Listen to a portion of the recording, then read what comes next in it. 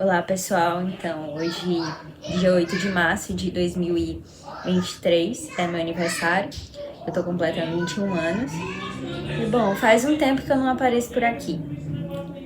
E com o passar dos anos e conforme você vai envelhecendo, apesar de que eu ainda sou muito jovem, a gente percebe que cada vez mais os aniversários eles perdem um pouco do sentido no quesito de as pessoas se preocuparem com a gente. Chega um momento que até nossas mães esquecem, nossos amigos, muito mais. Em pessoas aleatórias que você não fala há muito tempo, vem te desejar feliz aniversário. E aí você fica se perguntando, será se eu realmente devo me preocupar com isso? Enfim, eu quero agradecer também ao meu amigo Cleciano, que me presenteou com o primeiro tomo das Institutos da Religião Cristã do João Calvino, na edição da Unesp. E essa edição é a última que o Calvino lançou. Eu tenho a edição que eu já tinha mostrado aqui no canal uma vez, que é a edição... Meu nome, meu Deus. A primeira edição, que não é a edição completa. Então, acaba que essa edição é completa. Ela tem 2 tomos e eu ganhei o primeiro de Cleciano. Eu tô muito feliz. Cleciano é um grande amigo meu e ele sempre acompanha meu canal. E então, se esse vídeo tá acontecendo também é por sua causa, Cleciano, que sempre tá ali cobrando. Volta no canal. Então, enfim, dados os agradecimentos, eu quero começar falando por que eu mudei o nome do canal. Porque que agora eu botei meu nome, né? E o Livros Mefíticos. Eu gosto dessa palavra mefítico, desde que eu li Não Verás País Nenhum, do Ignácio de Loyola Brandão. E se eu tivesse uma banda de metal, queria ter uma banda de sludge, ia se chamar Mefítico, então eu coloquei. Porque mefítico pode ser uma coisa tóxica e talvez alguns livros possam ser tóxicos nos 2 sentidos, no bom e no ruim. Porque alguns perturbam nossa mente para o bem, nos fazem mal para o bem. E, enfim, eu gostei desse nome, não tem muita explicação não, e eu comecei a achar tosco esse nome, Book Rock and Coffee, porque eu tinha, né, Instagram literário, então, pra quem não sabe, eu desfiz meu Instagram, então não vai ter mais link aqui na descrição. Eu acabei com meu Instagram literário, porque tava me gerando muita comparação, não tinha mais sentido continuar ali. Já tinha 3 anos, praticamente, que eu tava lá e não tava me fazendo mal, então eu acabei. Talvez eu perca um pouco de audiência, porque era uma maneira de divulgar meus vídeos lá também, mas aqui no YouTube eu me sinto muito mais livre. Então eu acabei com o meu Instagram literário e eu coloquei esse nome, Book Rock and Coffee, porque, tipo, era livros, coisa que eu gosto, rock, e café, porque, tipo, era meio... as pessoas gostavam, né, dessa associação. Então eu botei também em inglês pra chamar a atenção de outros países. E acabou que ficou esse nome, mas eu tinha 17 anos quando eu criei, entendeu? Hoje eu acho esse nome super tosco. Eu só deixei o arroba do canal com o mesmo nome, mas o nome oficial do canal eu mudei. Tá? Então é isso. Agora livros mefíticos. Bom, eu já falei demais, gente. Então, vamos falar sobre o livro de hoje, que é o Rei de Havana, do Pedro Juan Gutierrez. Pedro Juan Gutierrez é um autor que, perdoem assim os barulhos de fundo, que aqui em casa sempre tem barulho. Quando eu resolvo gravar, aí que o povo faz barulho mesmo. Pedro Juan Gutierrez é um autor cubano. Eu já tinha ouvido falar do Pedro Juan há algum tempo já. E fiquei com curiosidade de ler algo dele. E peguei esse livro, eu acredito que seja o mais famoso dele, O Rei de Havana, e O Animal Tropical também. Só que a Alfaguara, que é um selo da Companhia das Letras que publica o Juan Gutierrez aqui, não publicou O Animal Tropical. E tem alguns outros livros dele famosos, como a trilogia Suja de Havana, que foi o primeiro livro dele, e também Fabian e o Caos. Se eu não me engano, são apenas esses últimos 3, né? Esses últimos 2 e esse aqui que são publicados no Brasil atualmente. Tem tiragem, né, ainda. Pra vocês terem noção, essa tiragem aqui é de 2017, então provavelmente não tem uma tiragem muito boa, talvez por isso a Companhia das Letras não traga mais livros do autor pra cá. E então, temos o autor cubano que vai falar sobre a realidade de Cuba nos anos 90. Nós ainda temos aqui um governo do Fidel Castro, né? Como vocês sabem, teve a Revolução Cubana lá nos anos 50, se não me engano, e o Fidel Castro assumiu o poder. E temos aqui uma Cuba devastada, na miséria, não muito diferente da realidade atual, mas acredito que como dizem, né? As pessoas mesmo que moravam lá no tempo de Fidel ainda era pior. E o Juan, eu vi um vídeo, alguma coisa do Yuri do Livrada falando que o que motivou ele a escrever a trilogia Suja de Havana, que foi seu primeiro livro, que foi antes esse aqui é de 1998, foi o fato de que ele era um revolucionário comunista, e aí ele viu aquela situação de Cuba, viu uma criança comendo coisa na rua, não sei se era lixo, algo do tipo, e foi aí que ele se revoltou, sabe, com aquele sistema, com aquela situação toda, e começou a escrever sobre a situação do seu país de uma forma extremamente crua. E aí que eu vou entrar nesse livro aqui, e assim, eu fui com muitas expectativas, e eu já deixo claro pra vocês que não foram supridas. Eu tipo assim, a culpa é toda minha, na verdade, por ter criado expectativas com esse livro. Aqui a gente vai contar, vai ter a história do Reinaldo. Por isso que o nome do livro é O Rei de Havana. O rei, na verdade, é o Reinaldo. É tipo um trocadilho, né? Tipo, rei, que é o nome dele, o apelido dele, mas rei mesmo. E você entende depois, do decorrer da história, porque que ele recebe esse apelido de Rei de Havana. Ele mora em Havana, junto com a mãe dele e uma avó dele, que tá decrépita, e o irmão que é um ano mais velho que ele só. Ele tem 13 anos, o irmão tem 14 anos. Eles moram num prédio muito velho, numa cobertura, assim, num quartinho, numa situação de muita miséria. E aí a mãe deles bate neles, eles vivem de caçar pombo pra vender, porque o Pedro Juan vai descrever aqui que a situação de miséria era tanto no país que as pessoas faziam muito despacho, coisas assim. Tem muita influência do candomblé na história. E as pessoas pagavam muito bem por pombos e galinhas, esse tipo de coisa. Então eles começam a caçar pombo pra vender. Por isso aqui é a capa do livro. Isso bem no comecinho, nas primeiras páginas. Então, só que a mãe deles era muito violenta. Então logo nas primeiras páginas, se eu não me engano, menos de 10 páginas, vai ter um acidente aqui que o irmão dele acaba matando sem querer a mãe dele, empurrando assim umas gaiolas que tinha lá. E ela morre com um ferro enfiado na cabeça. E a avó morre de desgosto vendo aquilo tudo, morre de um infarto, se não me engano. E o filho também se joga quando mata a mãe, percebe que matou a mãe, se joga do prédio. Então assim, literalmente as 3 pessoas da família dele morrem de uma vez. E o Reinaldo fica ali escondido atrás de uns negócios. E a polícia chega e ele sai como se tivesse culpado daquilo. Ele nem chega a dizer, olha, não fui eu que fiz isso. Ele não tem coragem, ele não consegue falar sobre o assunto. E então ele vai pro reformatório. Eu tô dando aqui basicamente um resumo do início da história. Não é spoiler, tá, gente? Isso aqui nas primeiras páginas. Ou seja, o Pedro Juan, ele já dá o tom do livro desde cara. Quando você vê uma violência tão extrema assim, uma miséria humana, as pessoas tão desistentes da vida, tão embriagadas com a fome, com a miséria, que elas não têm nenhuma esperança, você já entende o tom que vai ser isso aqui. É realmente o puro suco da sujeira. Não é à toa que esse é o nome desse gênero, realismo sujo, faz todo sentido.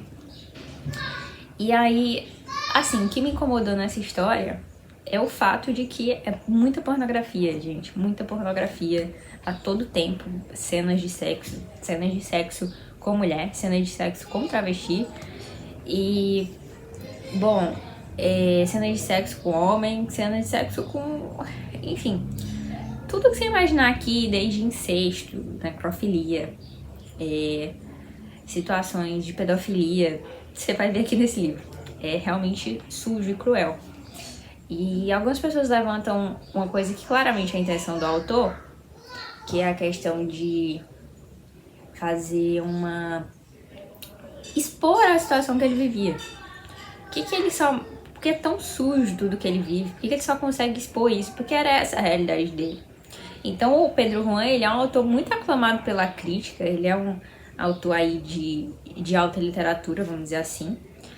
Mas assim, me incomodou de certa forma, porque ao mesmo tempo que eu gostei do fato da exposição do sofrimento dessas pessoas em Cuba, é muito necessário apontar esses fatos, eu não gostei da forma do gênero, entendeu? Foi o meu primeiro livro de realismo sujo, Então esse fato de ficar metendo sexo toda hora, por mais que seja realmente a realidade que ele viveu, que aquelas pessoas vivem, me incomodou bastante.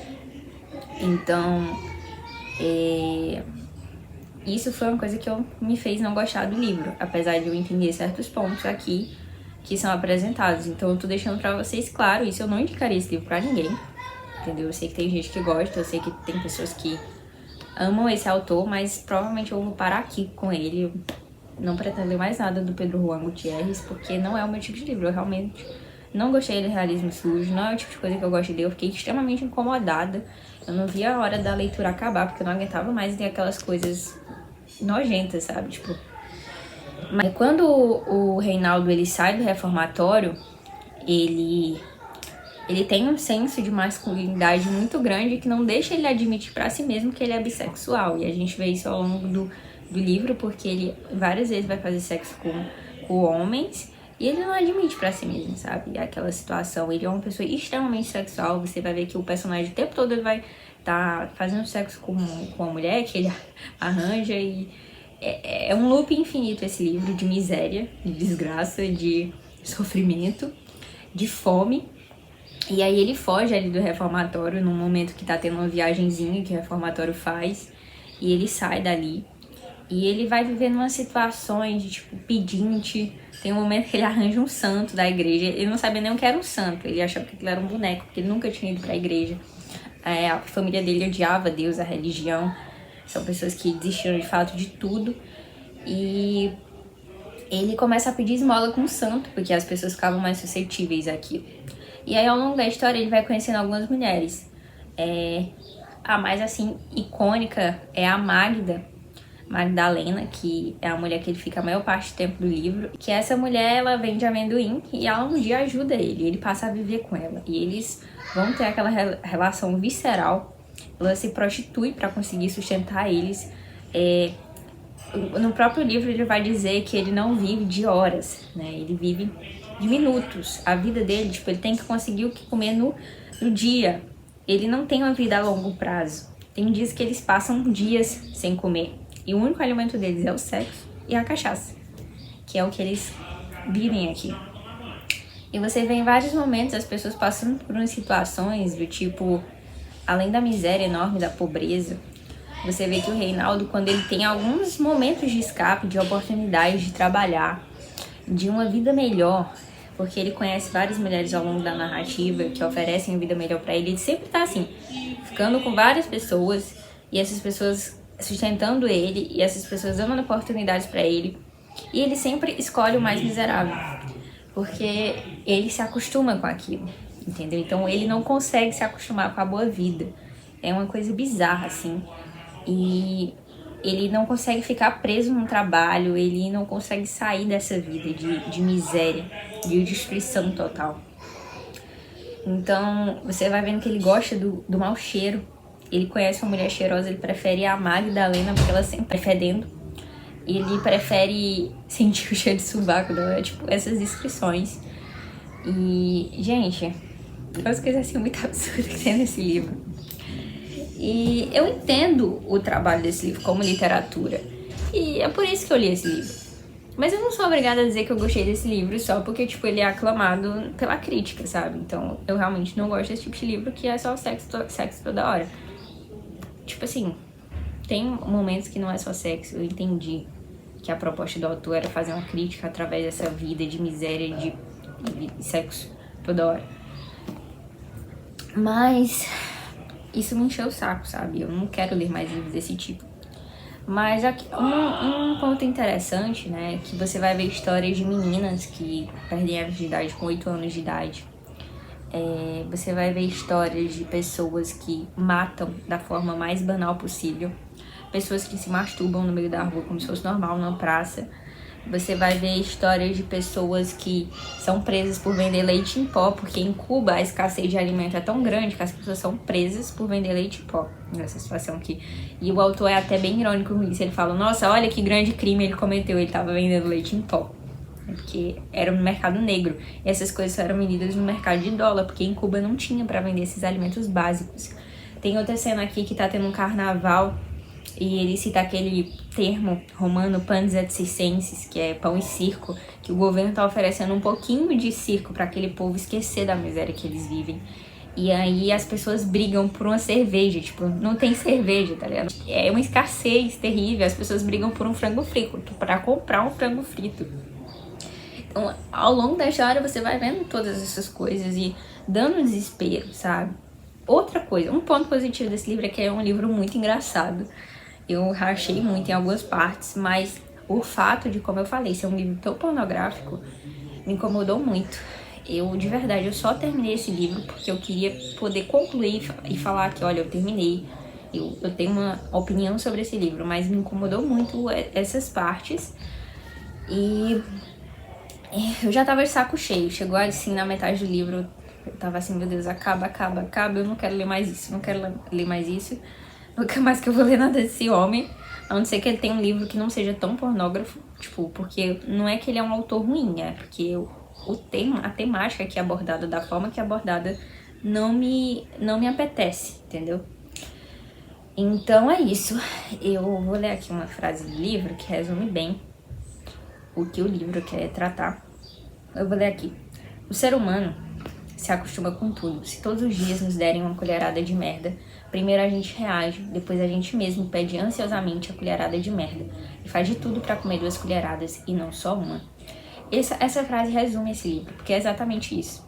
Uma pessoa que, por sua degradação do ambiente que ela vive, degrada-se moralmente. E você vai ver que no começo, o Reinaldo ele é uma pessoa até ok, mas conforme ele vai ficando cada vez mais miserável, tanto de vida, ele vai ficando miserável por dentro também. Ele vai se corrompendo, então coisas que ele não fazia antes, ele começa a fazer. Então você vê a degradação desse personagem, assim como a degradação do cenário que ele vive, a degradação consumindo aquelas pessoas.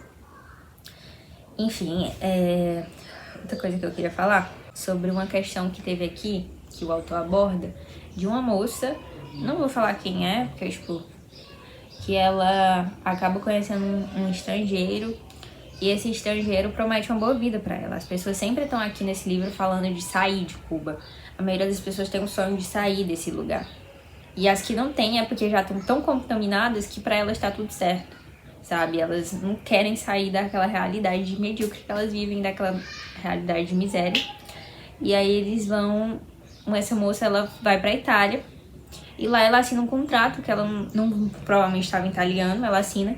E esse contrato, basicamente, eles arrancam os olhos dessa moça pra doar pra filha de um cara rico. Então, assim, é uma das coisas bizarras que acontecem nesse livro. O Reinaldo, ele recebe esse nome do rei de Havana quando uma vizinha dele, que era a Fredesbinda, que morava na casa que ele morou quando ele tinha 13 anos. Quando ele sai do reformatório, esqueci de falar, esse já tem 16 anos. E quando ele foge, né? E aí ele vai pra casa da Fredesbinda, que era a vizinha dele, da família dele. E lá eles começam a ter uma vida sexual maluca também, né? Dura um pouco de tempo, porque ele sempre é assim, ele sempre tá trocando de mulher, fica um tempo com a mulher, aí volta, arruma outra. E assim, a vida dele é assim. E é ela que diz pra ele, você é o rei de Havana, porque ele começa a sustentar ela. Porque ela também vivia naquela situação diária. Olha, minha comida é o que eu tenho hoje, eu não tenho pra amanhã. Eles não têm perspectiva do amanhã, eles vivem o hoje apenas. E tem uma hora que ele fala, né, que ele não nasceu do pó e não vai voltar ao pó. Ele nasceu da merda e vai voltar pra merda. Pra vocês terem noção de como esses personagens se veem. Eu pesquisei basicamente as origens do realismo sujo, mas uma coisa que é muito perceptível aqui, e alguém que entenda melhor que eu, se for profissional da área e estiver vendo esse vídeo, pode me corrigir se eu estiver errada, mas eu senti uma influência naturalista muito grande nesse livro. O naturalismo, na verdade, não é uma escola literária, né? Ele vem do realismo, ele é como se fosse uma... Como é que eu posso falar? Uma subdivisão do realismo, voltada para a parte científica, de determinismo, e acaba que aqui, em partes, a gente sente muita influência do naturalismo com a zoomorfização das pessoas. O tempo todo o autor vai estar comparando as pessoas a animais, assim como acontece em livros naturalistas, o exemplo é o Curtiço. Essa sexualização também acontece em livros naturalistas. De certa forma, um aspecto determinista, porque acaba que, tão consumido pela miséria, o Reinaldo ele não consegue sair desse vício todo. Então, senti uma influência naturalista. Quem leu livros naturalistas e leu esse livro aqui, acho muito difícil que não ache coisas incomuns, influências. Então, tem também questões de, tipo, outra constatação de miséria. Tem uma vez que o Reinaldo, ele vai num jardim de um hotel rico, de uma das mulheres que ele conheceu que tá trabalhando, e a maioria das mulheres que ele conhece também são prostitutas, além de ficarem com ele, também se prostituem para poder conseguir comer. E ele encontra um cara, um jardineiro, e ele pergunta: tem trabalho pra mim aqui? Ele fala: olha, pra trabalhar aqui você tem que no mínimo falar 2 línguas, tem que ter formação. E aí ele descobre que o cara é engenheiro e tá trabalhando de jardineiro. Você vê a situação que tava em Cuba, um engenheiro tá trabalhando de jardineiro. Não é muito diferente do Brasil atual não, mas pra você ver, né, que tipo, eles exigiam que uma pessoa pra trabalhar como jardineiro tivesse uma formação acadêmica e soubesse falar pelo menos 2 idiomas. Esse é o nível. Então, assim, resumindo bem, O Rei de Havana é uma história extremamente pornográfica, tem sexo toda hora, de maneiras muito absurdas. Gente, eu não gostei dessas partes, de verdade. Eu não gostei desse livro por causa disso. Mas eu também entendo o apelo que esse livro teve com a crítica, eu entendo a questão, a importância literária que ele teve por conta desses assuntos que ele aborda, da crueza que ele aborda. Mas não me comoveu, não é o meu tipo de história, de verdade, eu não quero ler mais esse tipo de livro. Me incomodou bastante, como eu falei pra vocês. E é uma história de um cara que vive na miséria, que vive na pobreza, que vive numa situação terrível, na marginalidade. É um cara que sempre está trocando de parceira, ou de parceiro, que conhece pessoas. E as mulheres, elas... Uma coisa que eu percebi nesse livro, acredito que foi proposital do autor, é que todas as mulheres que o Reinaldo se relaciona são extremamente parecidas, no quesito até na maneira que elas falam. São pessoas que ficam tão iguais, que elas parecem de fato uma manada. É como se o autor realmente tratasse todo mundo como animais iguaizinhos, sabe? Sempre seguindo a mesma cartilha, sempre seguindo as mesmas falas, sempre seguindo as mesmas coisas. Sempre desejando ter uma família, um marido, um lar, uma vida normal, mas não conseguindo se desapegar daquela vida onde o único escape é a bebida, as drogas e o sexo. Então é esse o livro, sabe? E uma frase aqui que a avó do Reinaldo falava, aqui ó: a única propriedade do pobre é a fome, dizia sua avó. Outra coisa interessante é que o único momento de bondade assim que o Reinaldo tem, as pessoas sempre estão tratando ele como um cachorro, como um lixo.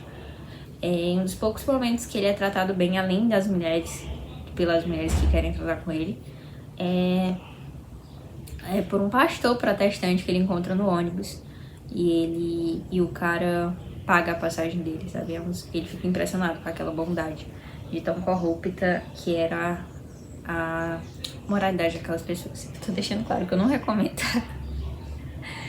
Eu só precisava fazer uma resenha. Eu li o livro, quis fazer uma resenha aqui pra vocês entenderem um pouco do que se trata esse gênero, realismo sujo, um gênero que surgiu nos Estados Unidos em 1970. E cruel. E essa é uma parte pra você que leu o livro todo. E vamos falar do final do livro, que é quando o Reinaldo... Spoiler, tá, gente? Reinaldo matou a Magda, que é a companheira dele, durante quase todo o livro. Ele sempre volta pra ela. Por mais que ele vai, em alguns momentos, com a travesti Sandra, que também cuida dele, com 2 prostitutas que ele conhece, eu não vou lembrar exatamente o nome agora, que oferecem situações pra ele fugir do país e pra outros lugares, meios de ganhar dinheiro, gringos que pagam pra ver desbelado e tal. Embora tudo isso, né, ele sempre acaba voltando pra Magda. Ele gosta do fedor dela, da situação tenebrosa que eles vivem. Então tem uma situação ali, quem leu sabe, que o barraco desmorona de uma chuva que tá tendo na cidade de Havana. Tudo ali em Cuba é muito perto, então eles estão sempre migrando de um lugar pra outro através daquelas balsas. E acontece dele matar a Magda, né, com a faca, assim. Mata a Magda porque ele tinha ciúme dela com os outros homens que ela se relacionava, inclusive com o pai do filho dela. E naquele momento que ele mata a Magda, ele era um cara tão sexual que ele fica excitado vendo aquilo e ele faz necrofilia com o corpo dela. Uma das coisas mais absurdas desse livro, assim, e o que demonstra toda a natureza desse livro é o autor. ele não veio pra brincadeira, ele veio pra dizer, olha, meu livro é assim, e é isso, sabe? Ele é cru. E o Reinaldo, ele acaba morrendo de uma forma bem cruel, assim, né? Ele vai enterrar a Magdalena nos destroços lá, que tava perto da casinha deles, do ônibus que eles moravam. E ele é mordido pelos ratos que tentam comer o corpo dela, e ele acaba morrendo, infectado com aquelas úlceras. E de uma maneira assim que ninguém fica sabendo, o autor faz questão de dizer, ninguém ficou sabendo. Tipo, é só uma vida mais à margem, uma vida que ninguém se importa. Mais uma vida que o sistema tá simplesmente nem um pouco se importando. Tanto que tem um momento ali do livro que ele também faz meio que uma crítica ao governo, falando que ainda tinham velhos que achavam que o governo ia fazer alguma coisa pela aquelas pessoas e óbvio que não iam. Por isso que eu entendo, por um lado, quem gosta desse livro, mas pelos meus valores, pela maneira que eu acredito, por eu me incomodar bastante com cenas sexuais, por todas as maneiras que são expostas aqui, eu gostaria muito de ler uma história desse tipo, mas tipo assim, que não precisasse de todo esse exagero sexual, sabe? Enfim, é isso, gente, pra esse livro aqui. Eu daria uma nota 2,5, 2 por aí, que pra mim estraga por essa questão pornográfica, que é uma característica do gênero, então é isso. Agora, tudo isso eu não falei que essa maquiagem aqui, gente, eu não uso maquiagem, né? Eu não costumo usar mesmo, nem um batonzinho, nem um lápis. Mas eu fiz isso aqui em especial para o livro mesmo, para combinar com o realismo sujo, então eu queria fazer uma coisa suja. Eu gosto muito da estética grunge nesse sentido, apesar de não curtir muito grunge, mas nesse sentido da sujidade eu acho bem bonito essas maquiagens, tipo que a Donita Sparks do L7 faz, e eu acho que tinha tudo a ver com o tema do livro, então por isso que minha cara tá assim. Então é isso, pessoal. Agradeço por vocês terem vindo até aqui. Espero que não tenham me interpretado mal.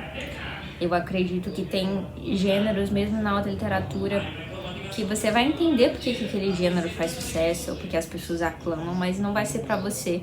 Você não é obrigado a gostar de tudo só porque os críticos gostam, ou porque as pessoas que têm um gosto parecido com o seu gostam. E esse foi o meu caso. Como eu falei, eu não quero mais ler nada desse tipo de livro, me incomodou demais.